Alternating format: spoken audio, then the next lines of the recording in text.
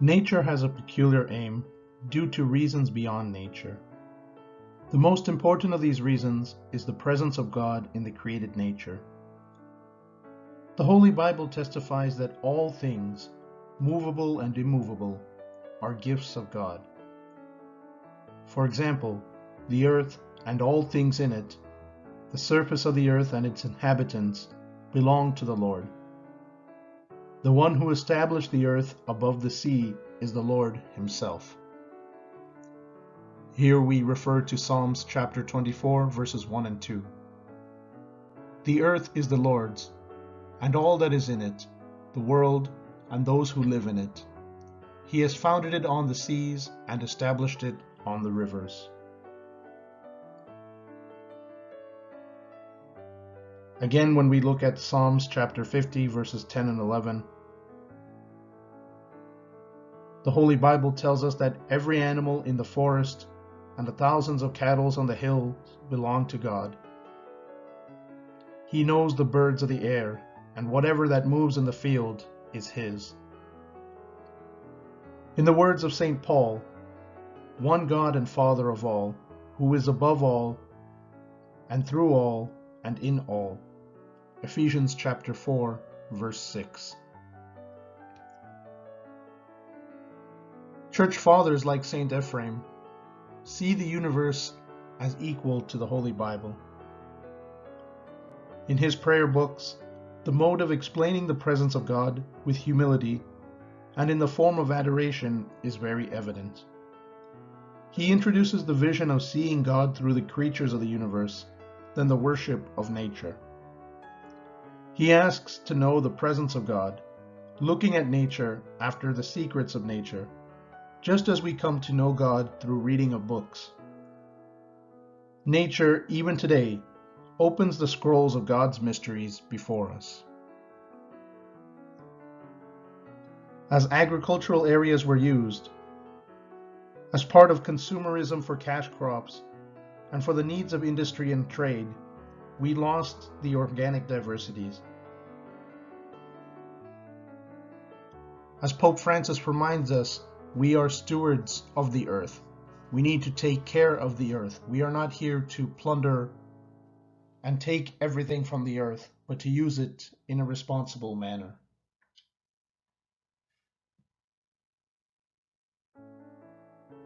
The tradition of offering the first fruits received from the agricultural fields to God existed in almost all places in the world until recent times. Through this practice, it became clear that we had a tradition of considering the abundance of crops as a gift of God and using them with heart-filled gratitude to Him.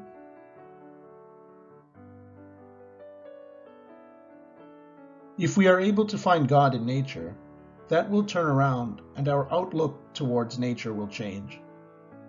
That is, we understand and value it more than we do at present. By finding God in nature, our attitudes towards nature will be respectful and will never be one of exploitation.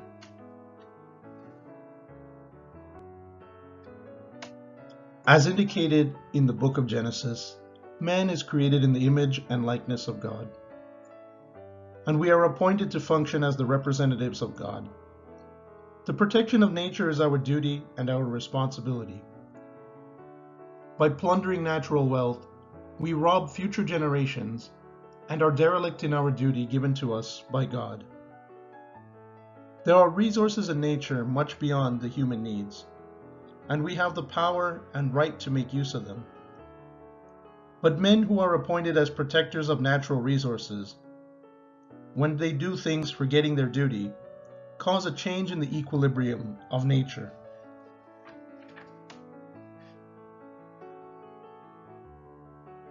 The changes that occur in climate deviate the rhythm of the universe. Our life rhythm also changes. Just as God came to paradise asking, "Who has transgressed my commandment?" God, who is angry in the deviation of the rhythm of nature, asks us, "Who is the one who has destroyed the rhythm of nature in a dreadful voice, causing earthquakes and other destructive measures. Adam pointed out Eve, and Eve pointed out the serpent, and thus when the fault was transferred to others, God gave punishment to all. So also, we point out others for the fault of destroying the rhythm of nature in modern society. Though whoever it may be, relishing the products that are made available through the exploitation of nature, we also share in the process of destroying the rhythm of nature.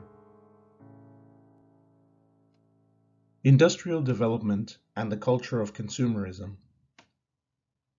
Consumerism can reduce the role of religion in society, as people get caught up in excessive consumerism. For example, Christmas and Easter. People going shopping rather than attend Mass, or attending football on Good Friday. Catholics are called to the common good and to the solidarity through the social teachings of the Church. But consumerism promotes individualism and competition. To fulfill their beliefs, they are often required to go against the prevailing culture and to put others first. The impact of consumerism on the planet, its push for maximum profit, and its lack of sustainability leads people who are religious to consider the points made by Pope Francis about how we live our daily lives and how we can be stewards of the environment. We can do it as individuals, within our families, or as part of groups such as Catholic Earth Care. Examples are the plastic bag campaigns and banning single-use plastics. Let us look at the encyclicals, exhortations, and other papal documents on this topic. Personal responsibility must be embraced if we hope to eliminate the throwaway culture. Christians must learn to differentiate between wants and needs. In Solitudio Rei Socialis, paragraph 28, we read, "An excessive availability of every kind of material good for the benefit of certain social groups easily makes people slaves of possessions and of immediate gratification with no other horizon than the multiplication or continual replacement of things already owned with others still better. This is the so-called civilization of consumption or consumerism, which involves so much throwing away and waste." We can see this clearly in today's culture, especially with the rise of technology. Many of us seek to have the latest and greatest iPhone or Android devices, despite the fact that the devices we currently use are still good and able to be used. The Church reminds us and wants to be very clear. It is not wrong to want to live better. What is wrong is a style of life, which wants to have more, not in order to be more, but in order to spend life in enjoyment as an end in itself. Centissimus Annus, paragraph 36.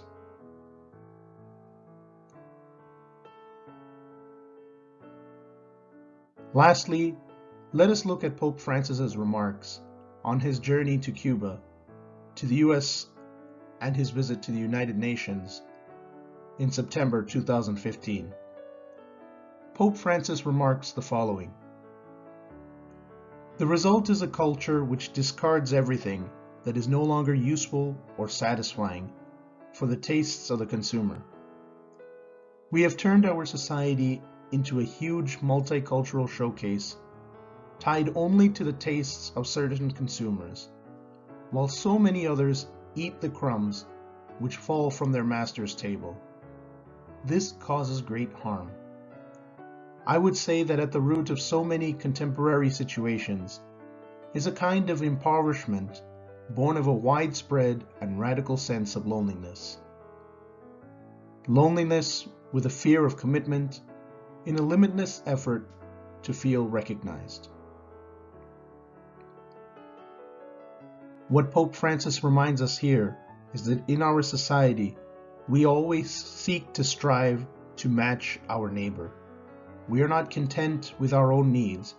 Rather, we want to be equal to or greater than our neighbors. And with the rise in social media, we can see the sense of loneliness that we have as well, as we are no longer connected to one another. Despite the fact we might have tens of thousands of friends or likes on Facebook, we are not actually friends with these people. We seldomly speak to all of those people, and we miss out on the true definition of friendship. As Pope Francis mentioned, we are stewards, not masters of our earth. Each of us has a personal responsibility to care for the precious gift of God's creation. The primary sin against nature is the use of nature without considering the will of God. And we are still not prepared to admit as sin the destruction of the relationship with nature.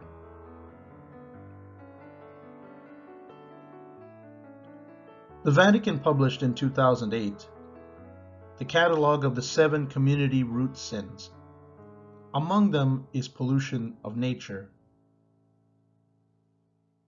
In UCAT, the Catechetical Book of the Youth, while discussing about the 7th commandment, "You shall not kill," it gives warning to think about how we make use of nature and domestic animals as subjects to be discussed.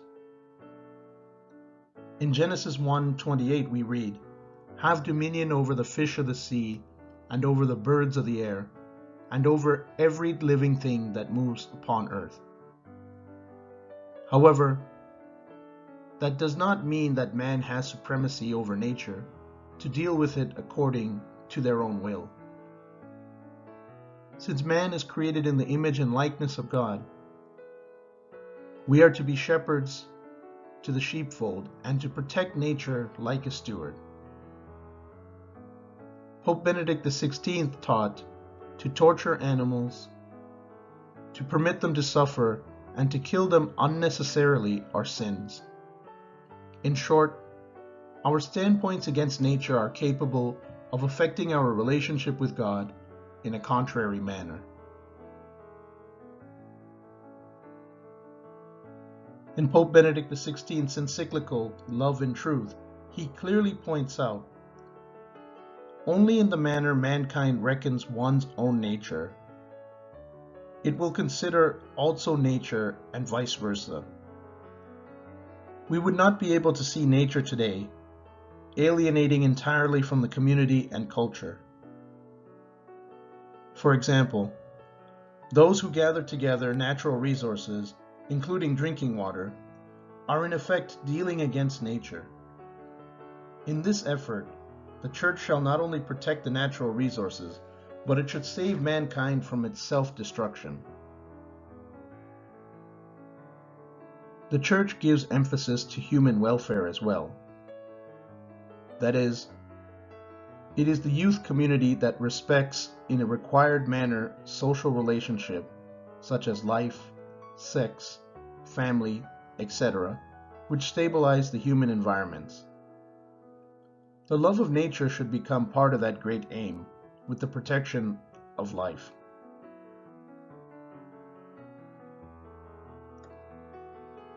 Again, we are reminded of the words of Pope Benedict XVI, who said, "The love of animals should not be placed above the love of man." In our world today, we can see that there are many people who are struggling, but are not receiving the love of their fellow human beings. We value pets, such as dogs and cats, much more than other human beings. So much so that we have taken to the term of calling pets as members of the family, meanwhile ignoring our fellow human beings who are suffering. Protection of nature ultimately is a lifestyle, and it is one that we are seeing is gaining in popularity today. We are seeing more and more recycled materials being reused, such as shoes, plastic bags that people now use more than a single use. Even the coffee cups are now being redesigned to be more environmentally friendly. The protection of nature is not something that the Church alone undertakes and does. This duty of intentional measure should be fulfilled by everyone. We, the members of the Church, should be able to give leadership to the advancement of the protection of nature, together with the various religious communities, democratic politicians, and social movements.